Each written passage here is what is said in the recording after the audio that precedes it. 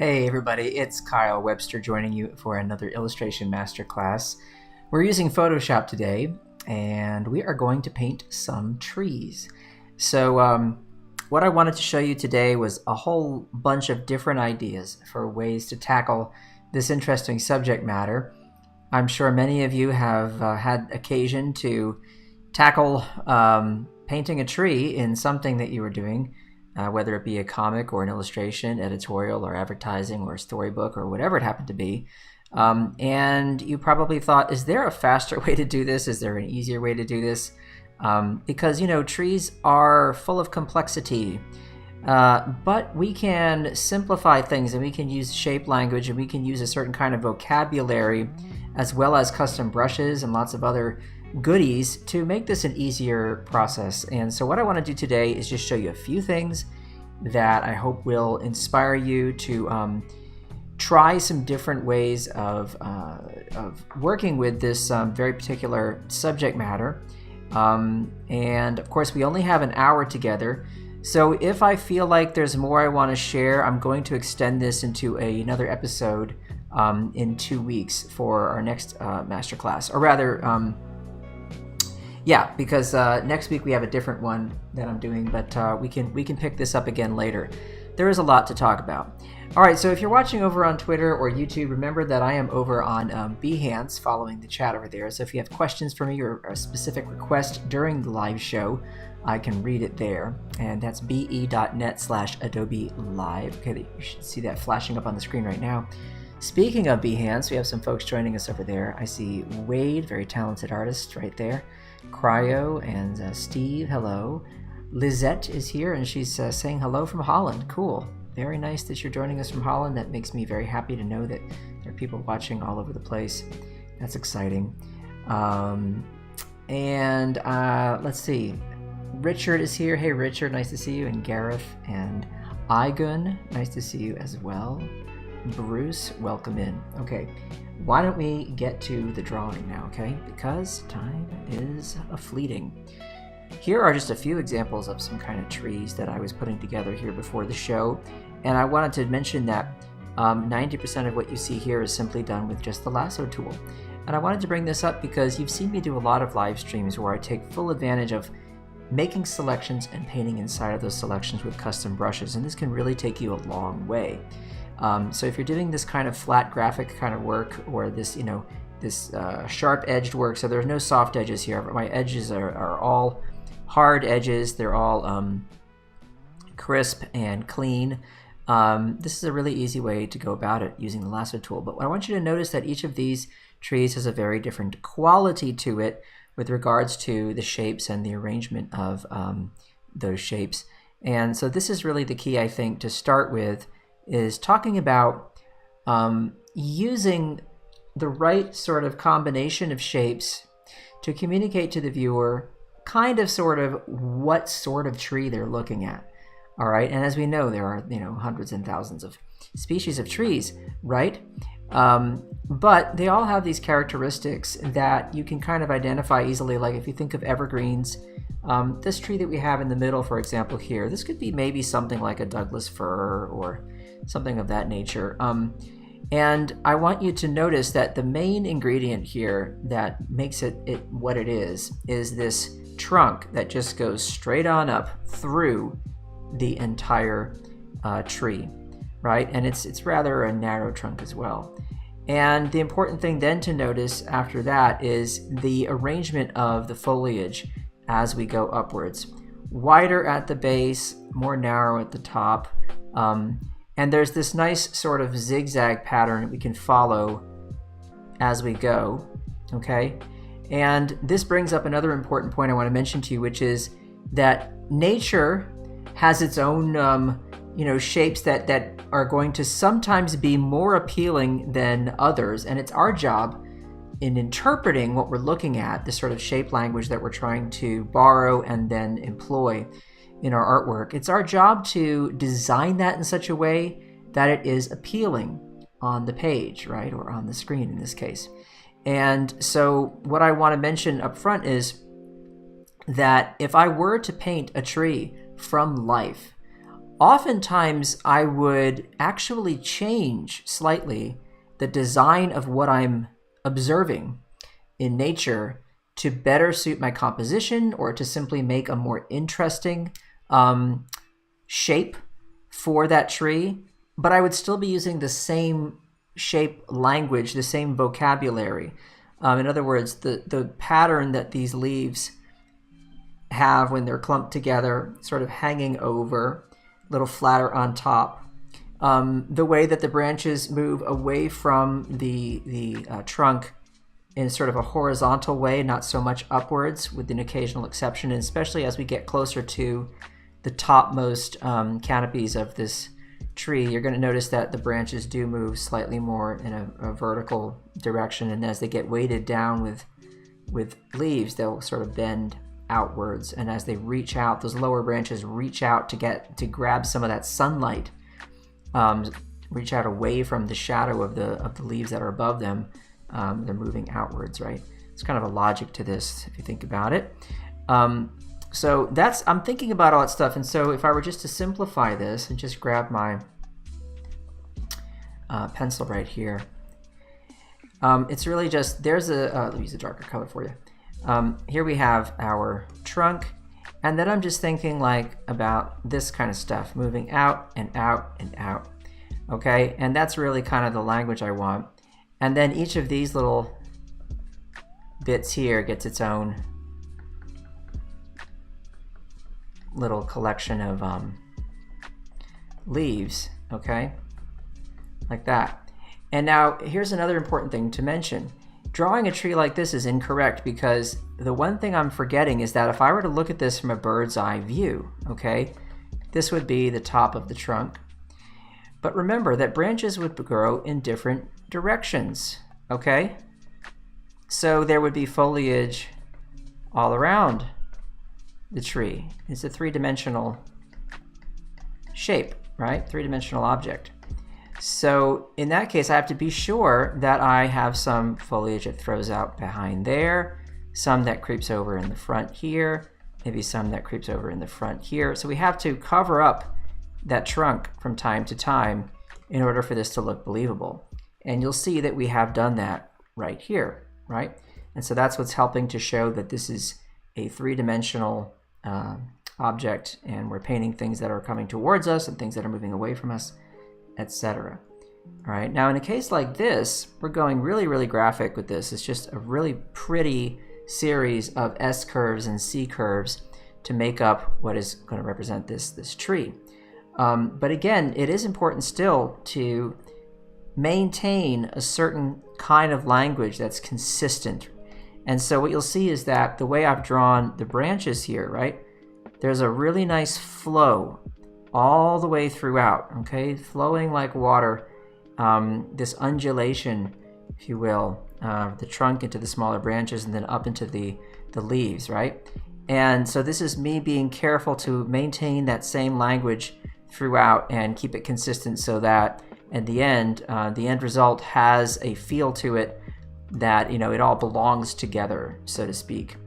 And then by contrast, if you come over here, there are more jagged little edges and jagged edges here. This is a tree that has been either struck by lightning or broken in some other way, fallen, part of it's been felled by some other force. But you can see here that I'm using a different kind of a language here with these sharper corners and these bits that jut out left and right and so on.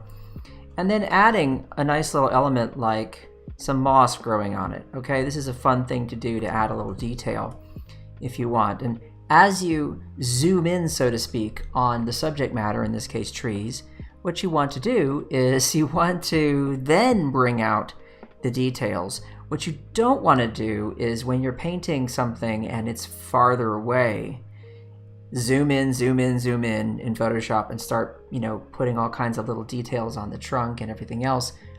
Those will get lost, and what you have to do is simplify the further things get from you. Make sure that, you know, you're not communicating as much with the little nitty-gritty details, because those will get lost, and they'll also draw attention away from stuff that's more in the foreground and middle ground. All right, so pausing here, see if we have any questions. Bliss is here. Hello, Bliss. Nice to see you.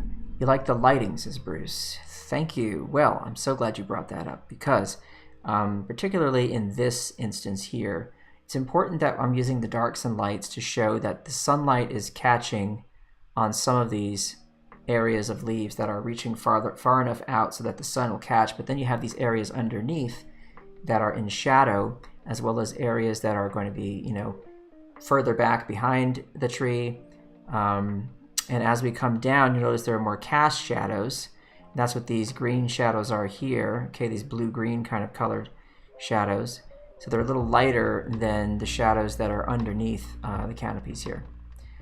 All right, so why don't we start by recreating this and see how this was done. All right, so I'll hide all this for a minute and show you just how easy this was. Let's come over here to our Spring 2022 brushes, which are available to everybody right now. They're available out there for everybody. Here's that Suave Inky brush. And one of the things I like to do is for painting trees, and I'll show this in a minute in more detail, is just as a way to think about how to paint a tree, even if you're going to do it in a more rendered, sort of realistic fashion, more painterly if you will, is to just kind of understand what my my silhouette is going to be, okay? And I would love to, when I do this, sort of draw it out like a sketch, and then just go ahead and grab my lasso tool, you know, or maybe just paintbrush, whatever, doesn't matter. But this is what I would do, is I'd go ahead and I'd get my little silhouette started, and I would fill that in and just have that be sort of a starting point, and then paint on top of that.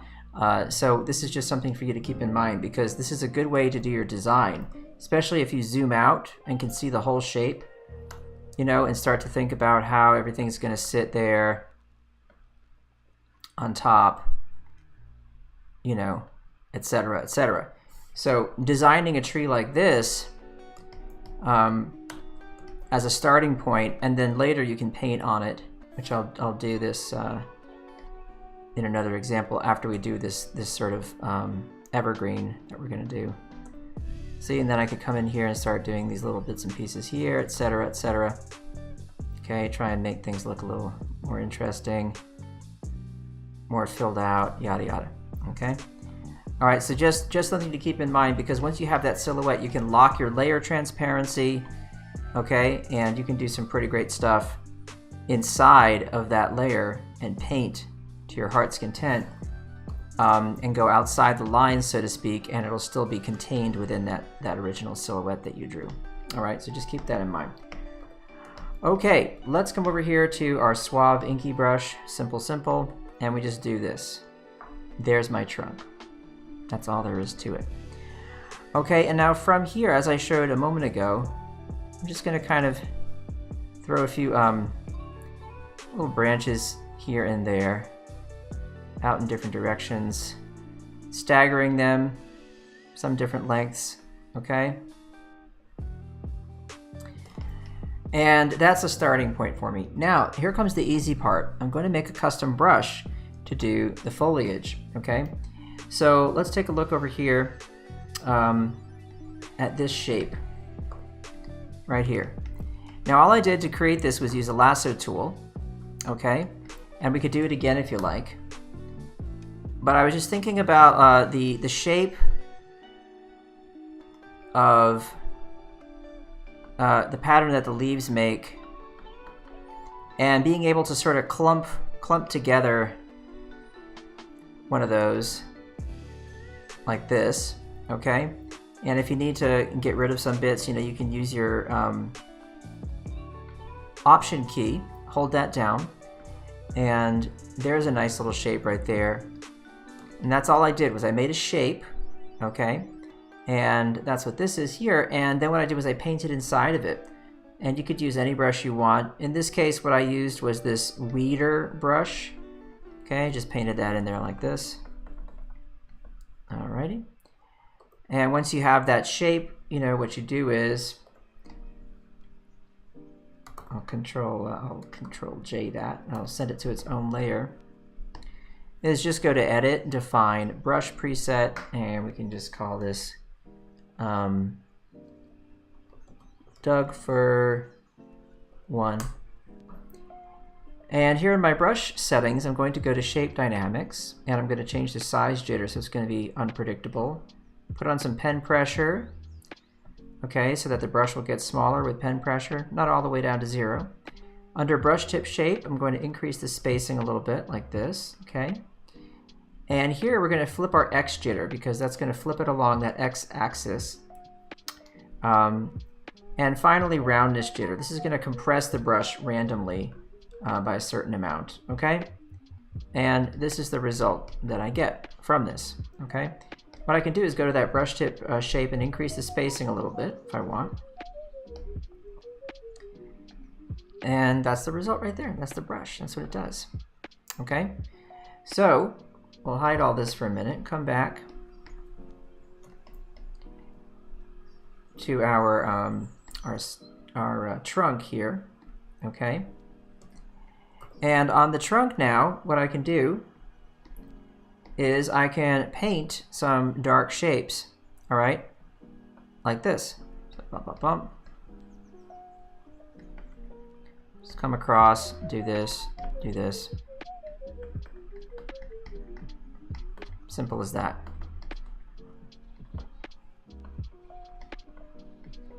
Okay. Now, the problem with this is you'll notice that there's no variation in the angles. So what do? Come over to your Shape Dynamics and make an angle jitter adjustment, right? 3 or 4% should be pretty good. Now when I do it, see how they go a little bit more randomly in different directions? Okay, so already you're getting good results there. Increase our size jitter a bit. We'll increase our spacing a hair. And we'll come back and do the same thing. That's it.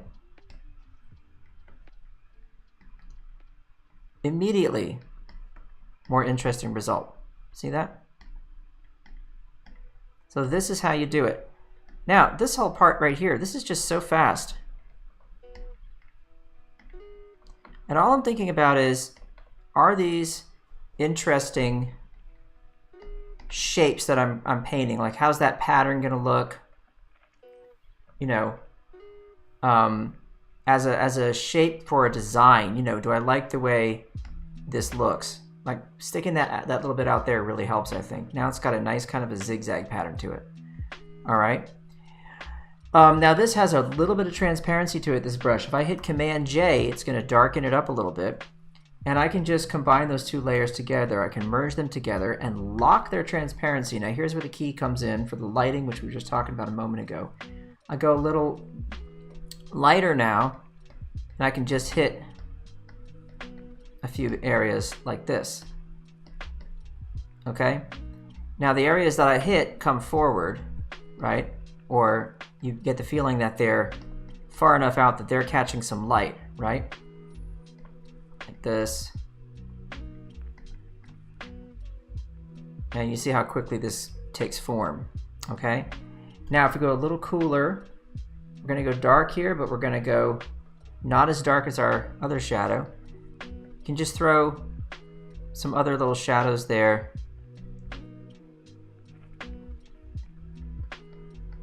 On some of these areas that you want to sort of suggest are having a cast shadow from the leaves above them.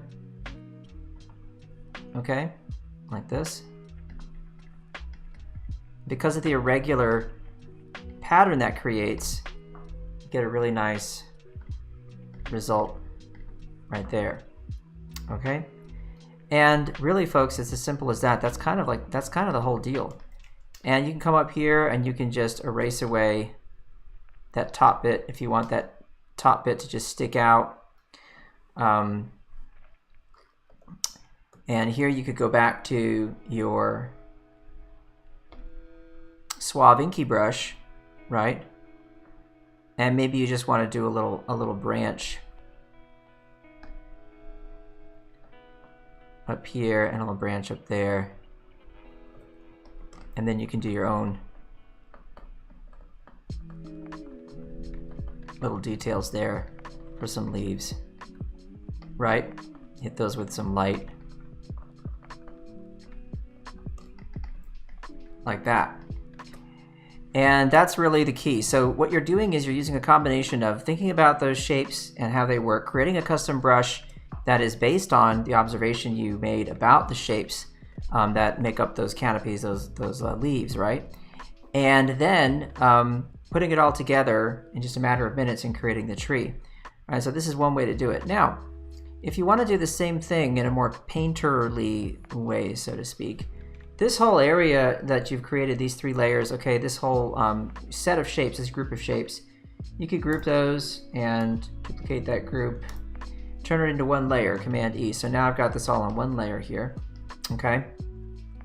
And I'm gonna get rid of this little guy here for a minute. And then you could, if you wanted to be more painterly about it, you could use more painterly brushes and you could unlock the layer transparency, okay? So that you could paint on top of this and you could really have some effect on the edges. And what you would do then is use a brush that's more of a painty kind of a brush. The one I'm using here is this old blue. I've already got some colors here and I can just start to soften that up. Okay, paint on top, right? This is going to have a totally different quality to it. See that? So I could even use this as a base for painting. Another thing you could do is, of course, you could use the smudge tool, right? And you could sort of smudge some bits together. It's going to soften everything up. See that? It's going to kind of blur it all out and let that be your base. And then you could come in and sharpen the areas you want with your paintbrush to call attention to little bits and pieces as well. Right, so once I've done this, see, I can grab this color here, I can grab this, and I can start to paint over that area that's been smudged like this, and that's going to have a totally different quality to it. All right, and then don't forget about your friend the mixer brush, right? So if we come into our paint box, for example, in the mega pack right here, we go to paint box, and there are a whole bunch of different mixer brushes in here to play with. Something probably like Bristle Balm, you know, that might be a good one. Grab some color. And remember that mixer brushes mix paint on the surface. Okay, so like I put some paint down here and grab another color. It's going to mix nicely like that. Okay.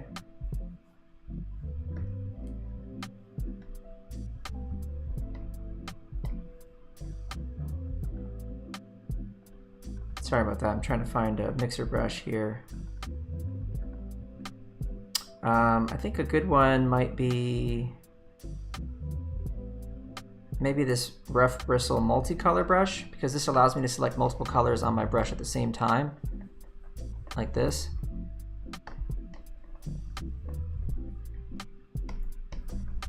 And mix them together. And for this, what I would do, since I'm working at a small scale, is take that texture and just bring it down a hair like this. Bring the depth up just a bit and put the minimum depth at about like 8%. And that should be pretty good right there. If at any point you want to load solid colors only, you can do that as well. And paint with those. Bring our flow up, go a little darker. You can see what's happening here as I mix the paint. I'm gonna get some really nice natural brush behaviors there. So here I can come in and I've already got this nice base to work from. This is what I designed right out of the gate, right? So then I come in and I start to play around with that. We can put our mix value a little lower, like 25%, increase the wetness to 100%. Right, and that's going to really make it, the paint really flow. Okay.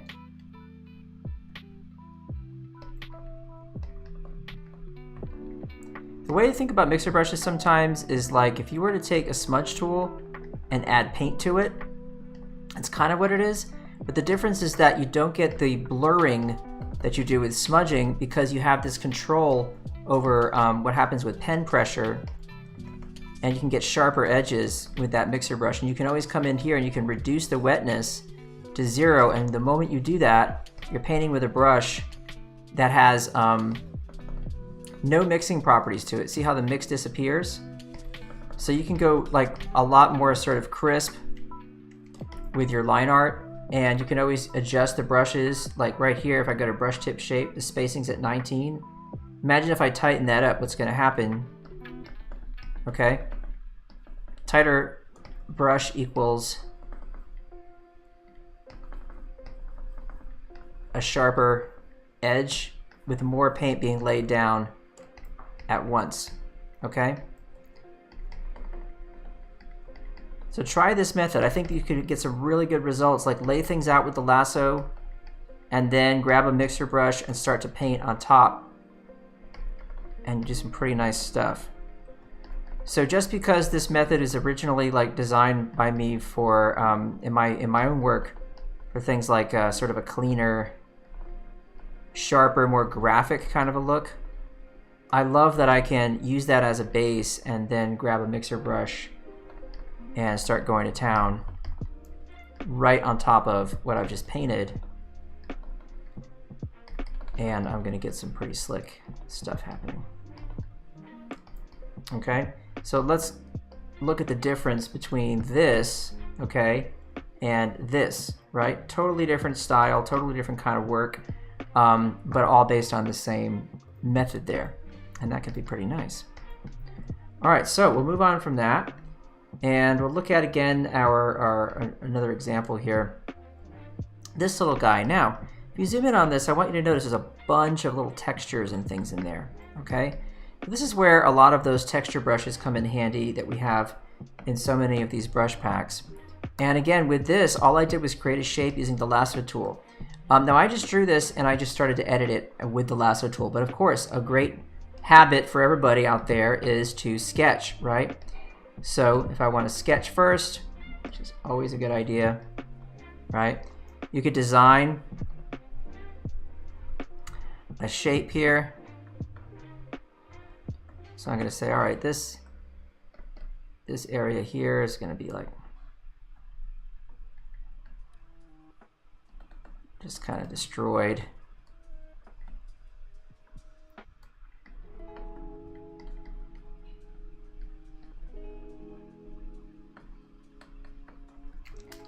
I can erase away what I don't like.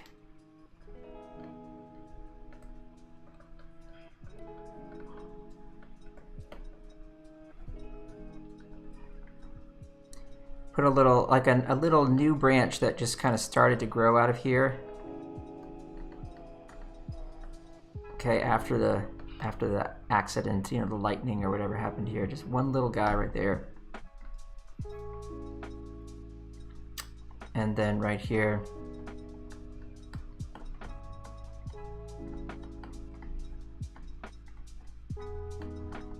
got another little area that's kind of busted up and broken. Okay, so there's a sketch for myself. I can use that. You can sort of twist this trunk a little bit, a twisting action like this. Think about all this with my sketch. So it's different when you use a pencil and you sketch than when you use a lasso tool. It's a totally different way of sort of thinking, right? Each of them have their own advantages, etc. Okay. You don't see the spring 2022 brushes, Peter? They're at the top of the list, very top. All right, good. Hey, Moat. Nice to see you. Okay, so yeah, now this shape is too straight, you know, because I want everything to kind of bend and curve. So I want this to kind of do this, like curve down, start moving this way, and then just it gets destroyed right there at the end. Okay, just got crushed, broken, and all that business. Okay, so there's our shape. Now I can do the same thing as before. I could make a selection with lasso tool, but what I'm going to do is I'm going to do that, but I'm going to paint and leave the sketch there. and make it all just happen on one layer, okay? And this is a fun thing to do for me. I like doing this because as I paint over stuff that is already drawn on the canvas, sometimes a little bit of that stuff just kind of stays visible just a bit, and that can be pretty cool. Many of you know that I'm a big fan of natural media emulation, and I like looking at people's work where you can see just a little bit of evidence that there was something underneath, something else as they were trying to figure something out. You know, I love that kind of stuff, so maybe it's going to remind me of that. All right, so anyway, here's what we do. I'm going to, same layer, I'm going to use a brush that's got a little bit of transparency to it. Okay, we'll open up that spring set again. And there are lots of options here. Let's see. Maybe this woodshop Joey brush. Important to note that tree trunks, a lot of time people try and paint them like really brown. Just remember that a lot of the times they're sort of more gray and kind of like desaturated than you think. Okay? It's not like a bright, brilliant brown color for the most part. Most trees don't look like that. Okay? So look, a brush like this, automatically I start to get some really nifty little bits of texture and all this other stuff. Right? That's fun. So I'm kind of like halfway there already. Now what I did with this one was I used a brush like the old blue, for example, and I went darker in the middle, okay, as we go up the trunk like this. And what I wanted to suggest was that we had like a light source over here on the right and a light source on the left. Okay, so we've got kind of like a core shadow in the middle, so to speak. And this is just to sort of give it more this suggestion that's a rounded form, okay? And all I did for that was grabbed a softer brush, and you could use an airbrush if you want. The summer brushes that are coming out in about 3 weeks have an airbrush in them, which I'll preview for you here, Soft Air. Any softer brush would be fine, of course. It's not like you have to use this. But you know, now on this side over here, I see I used kind of a cool light on the right and a warm light on the left, right? So I could grab this color and say, okay, that's over here. I'm gonna go a little cooler, a little brighter, and then just kind of with that airbrush, just kind of hit it from that side there. Okay, like so. And then we just go a little warmer and maybe hit it on this side with that different light right there. That's all I'm doing. And this is all just like sort of preliminary basic stuff, right? And now on top of that, I can just have some fun. So again, using like brushes that have some texture built in, right? So we can go back, if you like, to those spring brushes. A lot of these have a lot of texture, okay? And let's see what we have here. Maybe like, again, that woodshop Joey is really nice. This Smitty brush is nice. And if you have a brush that's like way too opaque, right? All you have to do is go to the flow. Just like throw that flow down, okay? See that? It's gonna use less of that now. It's gonna be a little softer, a little less offensive, so to speak. But I can come over here now with that same color and just kind of like hit some bits and pieces like that, right? Come over to this side, do more of the same. Then I grab that color in the middle, that nice shadow color. Just kind of run that up through the center here and there.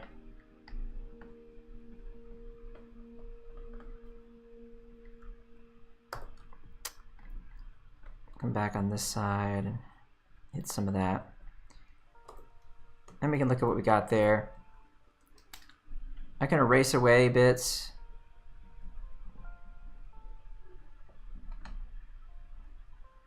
At first I thought I was going to be a bit more painterly with it, but I'm not. It's going to be really similar to what I did over here, which is really just, it's a shape that has some cool stuff happening inside that shape. and some texture and whatnot, and then we add some little detail like the moss and all that fun stuff. And that really goes a long way to giving it some character, some personality, if you will. Yeah? Okay.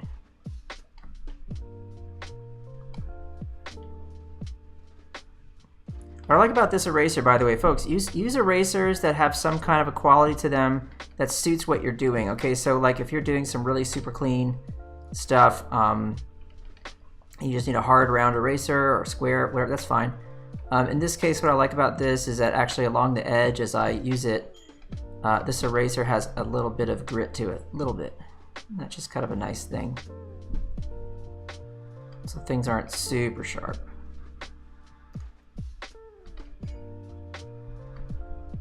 Okay. Just cut that off like that. I like that better.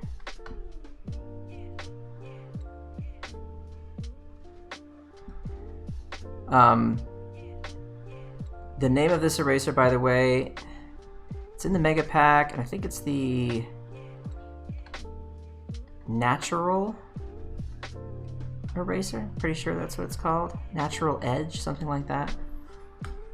After 2,000 plus brushes, sometimes I forget the names, but I think Natural Edge is what I'm using right here. Pretty sure that's the one. But look at that, look at that. See how nice that is? Just got a really good sort of tree kind of look to it. All right, now everything right here is just happening through the middle, which is boring, right? Now if you remember my sketch, I had this branch coming out from the center here in front of the tree.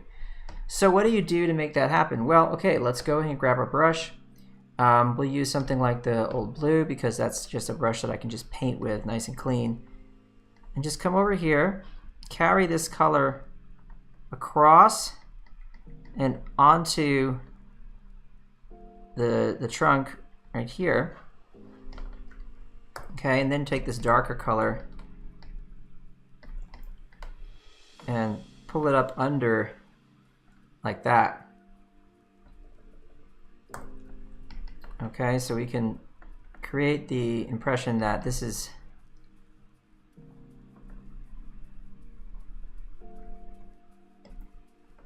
appearing from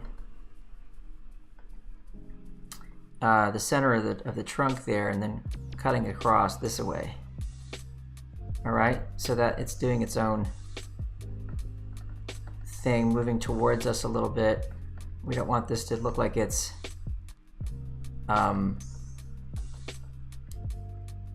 just hanging off on the side there. We want it to come from the front, okay? Like that. And then I can just make a selection of that whole area like this if I want, and I can, you know, grab that same brush I was using. Remember, your brush history is right here, okay? And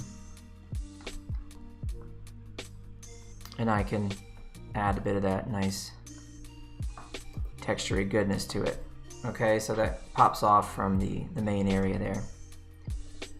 And I can get really picky with this edge here just by making my brush smaller and then making that a bit more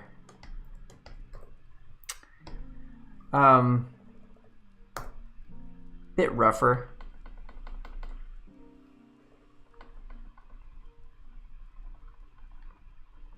Not too rough. I want to make sure that that shape is clear.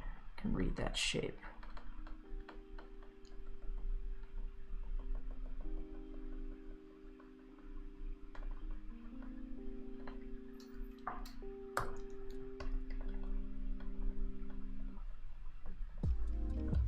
And then we grab this nice little color here and just pop it along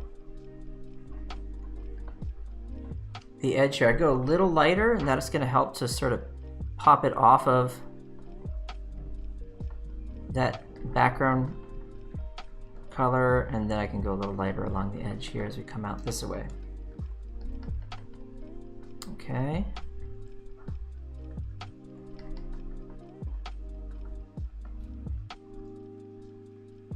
We can carry a bit of that darker color right here against the edge just to help that along, make it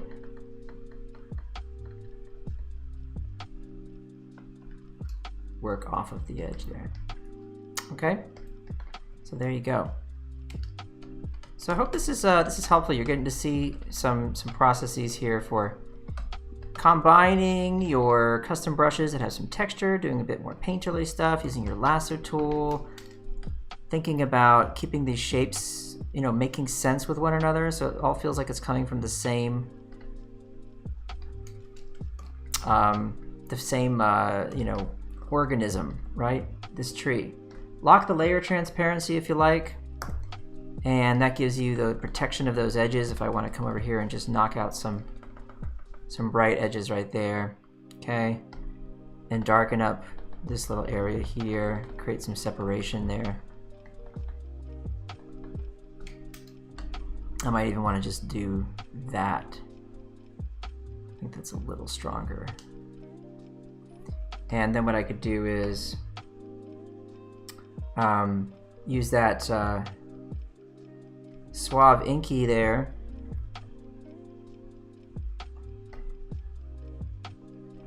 and just add a few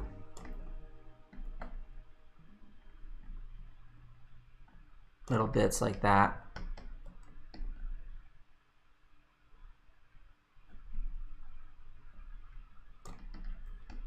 Right? Now we had some moss here, and the way I did that was so easy. I just grabbed a lasso tool and let that grow around the tree. So see how I'm like curving that up this way, so I get this sense that there's something round happening there. And then again, right here, could do it like that. Little steps, you know.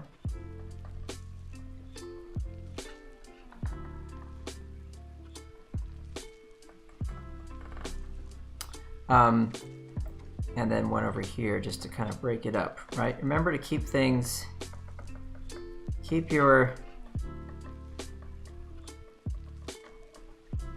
shapes interesting, okay, and varied. And all I did was just fill those with a color, okay? And here's the cool part.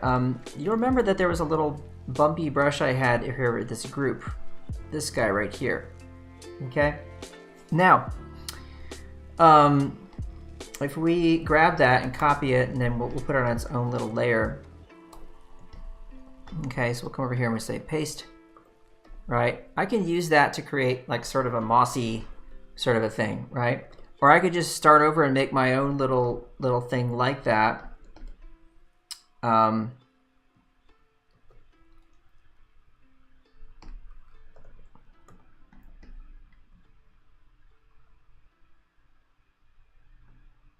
So I want these leaves to kind of be like this. Okay. Just do a few of them like that. Just a few. All right. And then I just go and fill that with black. And remember how we go edit, define brush preset.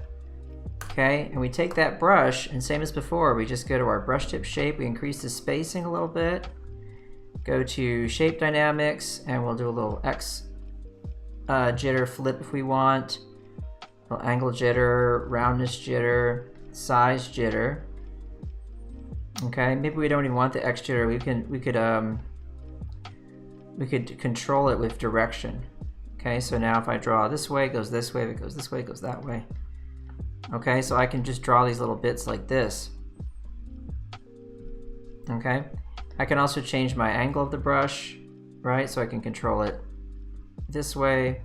So just moving downwards is going to add the little mossy bits.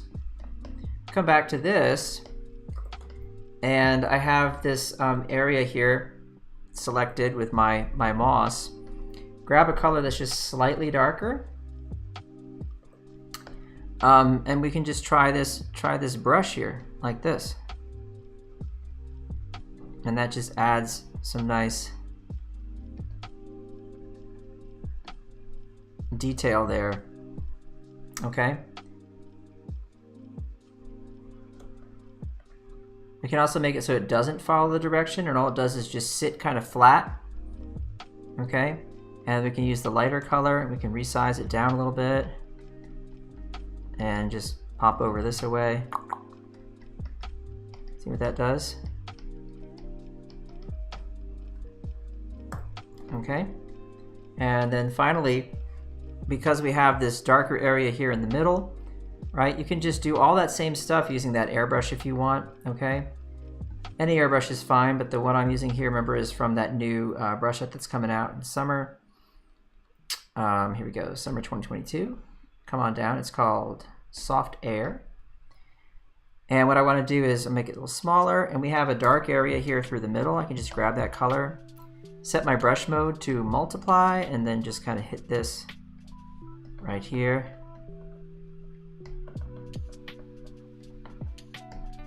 Okay, and then on the outside, I can get a little lighter, put it in normal, there we go. Right there, and right there, right there. All right, and now the only thing that remains is underneath this on the tree, we just add some shadows. Okay, and you can use the airbrush for this if you want. Doesn't matter. Whatever you like. Again, you can set the mode to multiply if you want to speed that up and get the shadow to read a little faster. Okay.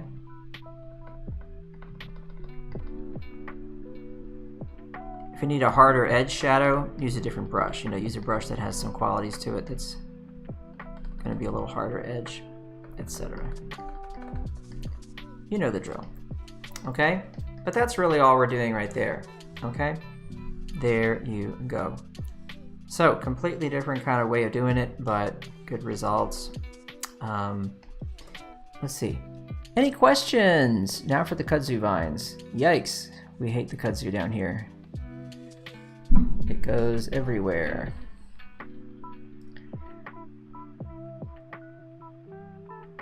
Oh, I didn't mention if it was a birch or not. I don't know. It's a tree. It's a shape. All right. So moving on. Let's keep going here, folks. Now coming back to these examples, we had this one, which was pure lasso tool action plus just a really nice inking tool to draw that trunk. And that's just fluid lines all the way through. So, you know, in the spring set, you've got that smooth or suave inky, right? And that's really all I was doing, was just, you know, draw a nice shape. And think about everything kind of moving with this sort of rhythm, right, of S-curves and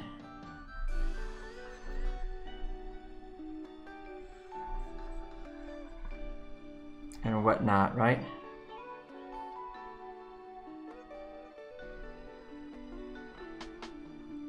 So this whole tree has a nice movement from right to left, right? Everything's just kind of moving that way. Don't forget to let branches overlap one another here and there, okay? It's really important to make things look natural. Okay, like if I do this and have it come this way, or come all the way over like that, right? Bum, bum, bum.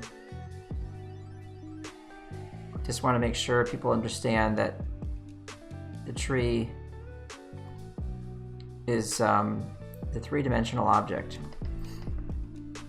All right, so here's our little tree, maybe on a hillside, and it's always moving off and down to the left.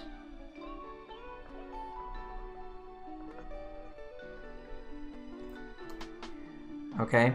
Now, what I did was I just created these shapes here with the lasso tool to keep that rhythm going. Okay, so I come up and around and just kind of think about continuing, and then as I get to where the branches are, I kind of create these little spaces here. You can see that in the example over to the left here, right? These little spaces, and I'll add more of them later. I'm holding down the shift key, and I'm just now creating another nice clump of leaves.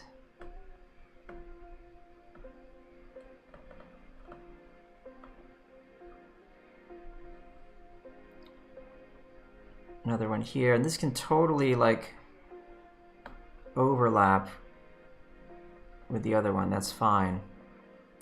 This is so much more of a design exercise than anything else. It's really about trying to just make pretty shapes that feel like they're part of a family. They have a shared energy and you know, vocabulary. You know what I mean?